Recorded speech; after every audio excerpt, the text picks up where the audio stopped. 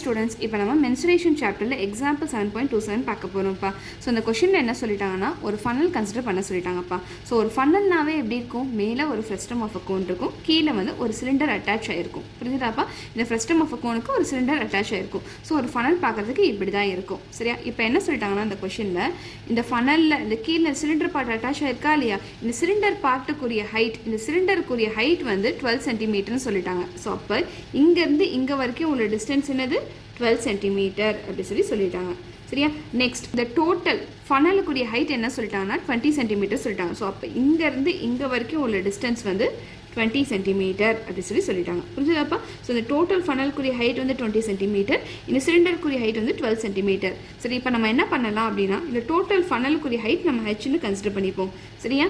So அப்போ இந்த சிலிண்டருக்குரிய height வந்து நம்ம H1 கன்சிடர் பண்ணிப்போம். சரியாப்பா? ஸோ அப்போ இந்த ஃப்ரெஸ்டமுக்குரிய ஹைட் என்னவா இருக்கும்ப்பா, இந்த டோட்டல் ஹைட்லேருந்து இந்த சிலிண்டர் ஹைட் மைனஸ் பண்ணால் நமக்கு இந்த ஃப்ரெஸ்டமுக்குரிய ஹைட் கிடச்சிருமா? எஸ், கிடச்சிரும். ஸோ அப்போ இந்த ஃப்ரெஸ்டமுக்குரிய ஹைட் என்னவா இருக்கும் அப்படின்னா 20 - 12 இருக்கும். ஸோ 20 - 12 பண்ணால் உங்களுக்கு என்ன வரும்? 8 சென்டிமீட்டர் வரும். ஸோ இப்போ நம்ம இந்த frustum of a cone height வந்து நம்ம H2 கன்சிடர் பண்ணிப்போம். ஸோ இப்போ நம்ம H2குரிய வேல்யூ வந்து 8 சென்டிமீட்டர். புரிஞ்சுதாப்பா? நெக்ஸ்ட் என்ன சொல்லிட்டாங்கன்னா இந்த சிலிண்ட்ரிக்கல் போர்ஷன் இருக்கா இல்லையா, இந்த சிலிண்ட்ரிக்கல் போர்ஷனுக்குரிய டயாமீட்டர் கொடுத்துட்டாங்க. சரியா? அந்த டயாமீட்டர் என்ன சொல்லிட்டாங்க அப்படின்னா 12 சென்டிமீட்டர் அப்படி சொல்லிட்டாங்க. ஸோ உங்கள் டியோட வேல்யூ வந்து 12 சென்டிமீட்டர் அப்படி சொல்லிட்டாங்க. ஸோ அப்போ இந்த சிலிண்டருக்குரிய ரேடியஸ் என்னவா இருக்கும், இந்த டயாமீட்டரில் பாதி தானே இருக்கும். ஸோ அப்போ ரேடியஸ் என்னவா இருக்கும்? 12 சென்டிமீட்டர் டிவைடட் பை 2 இருக்கும். தட் இஸ் 6 சென்டிமீட்டராக இருக்கும். ஸோ அப்போ இந்த சிலிண்டருக்குரிய ரேடியஸ்க்குரிய வேல்யூ என்னது? 6 சென்டிமீட்டர். ஸோ இங்கே நல்லா பாருங்கள், இந்த ஃப்ரெஸ்டம் எங்கே அட்டாச் ஆகிருக்கு? இந்த சிலிண்டரை தான் அட்டாச் ஆகிருக்கு. ஸோ அப்போ இந்த ஃப்ரெஸ்டமுக்குரிய பேஸ் ஏரியாவும் சிலிண்டருக்குரிய பேஸ் ஏரியாவும் சேம் தானே? எஸ். அப்போ இந்த ஃப்ரெஸ்டமுக்குரிய இந்த பேஸ் ஏரியாவுக்குரிய ரேடியஸ் என்னவாக இருக்கும்? இந்த சிலிண்டருக்குரிய ரேடியஸாக தானே இருக்கும். ஸோ அப்போ இந்த ஃப்ரெஸ்டமுக்குரிய ஸ்மால் ஆரோட வேல்யூ வந்து 6 சென்டிமீட்டராக தான் இருக்கும். சரியாப்பா? ஸோ நெக்ஸ்ட் என்ன சொல்லிட்டாங்க அப்படின்னா இந்த ஃபனலுக்குரிய இந்த டாப் ஏரியாக்குரிய டயாமீட்டர் வந்து 24 சென்டிமீட்டர் சொல்லிட்டாங்க. சரியா? ஸோ இதை நான் கேபிட்டல் டின்னு கன்சிடர் பண்ணிக்கிறேன். ஸோ அப்போ இந்த டாப் ஏரியா, சரி, இந்த பேஸ் ஏரியாக்குரிய ரேடியஸ் என்னவாக இருக்கும்? கேபிட்டல் ஆரோட வேல்யூ என்னவாக இருக்கும்? இந்த டயாமீட்டரில் பாதி இருக்கும். That is 24 centimetre divided by 2 இருக்கும். சரியாப்பா? ஸோ உங்கள் கேபிட்டல் ஆரோட வேல்யூ என்ன இருக்கும்? கேன்சல் பண்ணிங்கன்னா 12 வரும். ஸோ 12 சென்டிமீட்டராக இருக்கும். புரிஞ்சுதாப்பா? இப்போ என்ன கேட்டிருக்காங்கன்னா இந்த ஃபனலுக்குரிய அவுட்டர் சர்ஃபேஸ் ஏரியா கேட்டிருக்காங்க. நீங்கள் நல்லா கவனிங்க, என்ன கேட்டிருக்காங்க? அவுட்டர் சர்ஃபேஸ் ஏரியா கேட்டிருக்காங்க. ஸோ வெளிப்புறத்துலேருந்து உங்களால் என்னென்ன ரீஜன் பார்க்க முடியுதோ அதை மட்டும் கேல்குலேட் பண்ணி எழுதுங்க. ஸோ வெளிப்புறத்துலேருந்து என்னால் என்ன பார்க்க முடியுது?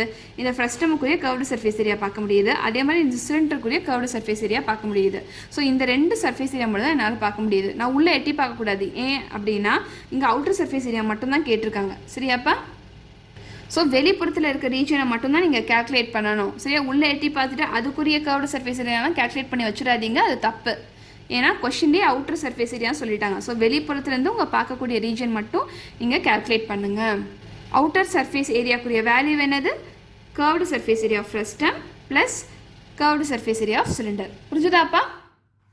ஸோ இப்படி தான் வந்து அவுட்டர் சர்ஃபேஸ் ஏரியா கண்டுபிடிக்கணும். சரியா? இப்போ வாங்க சொல்யூஷனுக்குள்ளே போகலாம். ஸோ இப்போ நான் கொடுத்துருக்க டேட்டாலாம் எழுதிக்கிறேன்ப்பா. சரியா? ஸோ ஃபஸ்ட் நான் என்ன கன்சிடர் பண்ணிட்டேன்? இந்த ஃபனலுக்குரிய ஹைட் வந்து H, சிலிண்டருக்குரிய ஹைட் வந்து H1, இந்த ஃப்ரெஸ்டமுக்குரிய ஹைட் வந்து H2 கன்சிடர் பண்ணிட்டேன். ஸோ அதான் நான் இங்கே எழுதியிருக்கேன். சரியாப்பா? அதே மாதிரி இந்த சிலிண்டருக்குரிய ரேடியஸ் ஸ்மால் ஆர்னு கன்சிடர் பண்ணிட்டேன். அதே மாதிரி இந்த ஃப்ரெஸ்டமுக்குரிய ரேடியஸ் வந்து ஸ்மால் ஆர்னு கேபிட்டல் ஆர்னு கன்சிடர் பண்ணிட்டேன்னு சொல்லி நான் இங்கே எழுதிட்டேன். சரியாப்பா? நெக்ஸ்ட் என்ன கொடுத்துட்டாங்க டேட்டாவில்? ஃபஸ்ட்டு இந்த ஹைட் ஆஃப் த ஃபனல் கொடுத்துட்டாங்க. அது என்ன சொல்லிட்டாங்க? 20 சென்டிமீட்டர் சொல்லிட்டாங்க. ஸோ இப்போ என் ஹெச்சோட வேல்யூ வந்து 20 சென்டிமீட்டர். நெக்ஸ்ட் என்ன சொல்லிட்டாங்க? இந்த சிலிண்டருக்குரிய ஹைட் கொடுத்துட்டாங்க 12 சென்டிமீட்டர் அப்படின்னு. ஸோ இப்போ என் H1குரிய வேல்யூ வந்து 12 சென்டிமீட்டர். ஸோ அப்போ இந்த ஃப்ரெஸ்டமுக்குரிய ஹைட் கண்டுபிடிக்க நான் என்ன பண்ணணும்? இந்த ஃபனலுக்குரிய ஹைட் மைனஸ் இந்த சிலிண்டருக்குரிய ஹைட் பண்ணினா எனக்கு ஃப்ரெஸ்டமுக்குரிய ஹைட் கிடச்சிரும். That is H2 = H - H1 பண்ணணும். தட் இஸ் H மைனஸ் இந்த டோட்டல் ஹைட் மைனஸ் இந்த H1 பண்ணினா எனக்கு ஃப்ரெஸ்டம் ஆஃப் அ கோன் கிடச்சிரும். சரியாப்பா? ஸோ பண்ணுங்கள், என்ன வரும்? தட் இஸ் ஹெச்சோட வேல்யூ வந்து 20 சென்டிமீட்டர் மைனஸ் 12 சென்டிமீட்டர். ஸோ என்ன வரும்ப்பா? 8 சென்டிமீட்டர் வரும். ஸோ இப்போ என்னோட H2குரிய வேல்யூ என்னது? 8 சென்டிமீட்டர். சரியாப்பா? ஸோ இப்போ என் H2குரிய வேல்யூ நான் கண்டுபிடிச்சாச்சு. H1குரிய வேல்யூ எனக்கு தெரியும். சரியா? நெக்ஸ்ட் என்ன கொடுத்துட்டாங்க, இந்த சிலிண்டருக்குரிய டயாமீட்டர் கொடுத்துட்டாங்க. ஸ்மால் டி வந்து 12 சென்டிமீட்டர் சொல்லிட்டாங்க. ஸோ இப்போ இதிலேருந்து இந்த சிலிண்டருக்குரிய ரேடியஸ் நம்ம கேல்குலேட் பண்ணிடலாமா? எஸ். ஸோ அப்போ நம்ம என்ன பண்ணணும், இந்த டயாமீட்டரில் பாதி பண்ணோன்னா நமக்கு ரேடியஸ் கிடச்சிரும். சரியா? That is 12 centimetre divided by 2 பண்ணால் நமக்கு கிடச்சிரும். ஸோ இப்போ ரெண்டுத்தையும் கேன்சல் பண்ணால் உங்களுக்கு என்ன வரும், 6 சென்டிமீட்டர் வரும். ஸோ உங்கள் ஸ்மால் ஆரோட வேல்யூ என்னது 6 சென்டிமீட்டர். சரியாப்பா? ஸோ இப்போ நமக்கு என்ன தெரியும், இந்த சிலிண்டருக்குரிய ரேடியஸும் இந்த ஃப்ரெஸ்டமுக்குரிய இந்த பாட்டம் பார்ட்டுக்குரிய ரேடியஸும் சேம் அப்படி சொல்லி தெரியும். ஸோ அப்போ இந்த ஃப்ரெஸ்டமுக்குரிய ஸ்மால் ஆரோட வேல்யூ 6 சென்டிமீட்டர் தான். நெக்ஸ்ட் என்ன கொடுத்துட்டாங்க, இந்த ஃப்ரெஸ்டமுக்குரிய டாப் பார்ட் இருக்குமா, இந்த டாப் பார்ட்டுக்குரிய டயாமீட்டர் கொடுத்துட்டாங்க. தட் இஸ் கேபிட்டல் டியோட வேல்யூ வந்து 24 சென்டிமீட்டர் சொல்லிட்டாங்க. ஸோ அப்போ கேபிட்டல் ஆரோட வேல்யூ என்னவா இருக்கும், இந்த டயாமீட்டரில் பாதியாக தான் இருக்கும். That is 24 centimetre divided by 2 இருக்கும். கேன்சல் பண்ணிங்கன்னா உங்களுக்கு 12 சென்டிமீட்டர் வரும். சரியாப்பா? ஸோ இப்போ நமக்கு தேவையான டேட்டாலாம் நம்ம கண்டுபிடிச்சி வச்சாச்சு. என்னென்ன கண்டுபிடிச்சி வச்சிட்டோம், small R, capital R, H1 H2 கண்டுபிடிச்சி வச்சிட்டோம். இப்போ என்ன கண்டுபிடிக்க சொல்லியிருக்காங்க, இந்த ஃபனலுக்குரிய அவுட்டர் சர்ஃபேஸ் ஏரியா கண்டுபிடிக்க சொல்லியிருக்காங்க. ஸோ அவுட்டர் சர்ஃபேஸ் ஏரியான்றது ஒன்றும் கிடையாது, இந்த curved surface area of frustum plus curved surface area of cylinder. ஏன்னா வெளிப்புறத்துலேருந்து நம்மளால் என்னென்ன ரீஜன் பார்க்க முடியுமோ அதை மட்டும் தான் நம்ம அவுட்டர் சர்ஃபேஸ் ஏரியான்னு சொல்லி சொல்லுவோம். சரி, அதை நான் இங்கே எழுதிட்டேன். சரியாப்பா? So curved surface area of cylinder formula என்னது, 2πRH. ஸோ இங்கே பார்த்துட்டிங்கன்னா இந்த சிலிண்டருக்குரிய ஹைட் வந்து நான் H1 கன்சிடர் பண்ணிட்டேன். ஸோ அதனால் நான் இங்கே ஹெச்சுக்கு பதிலாக நான் H1 போட்டுக்கிறேன். சரியாப்பா? Plus curved surface area of frustum.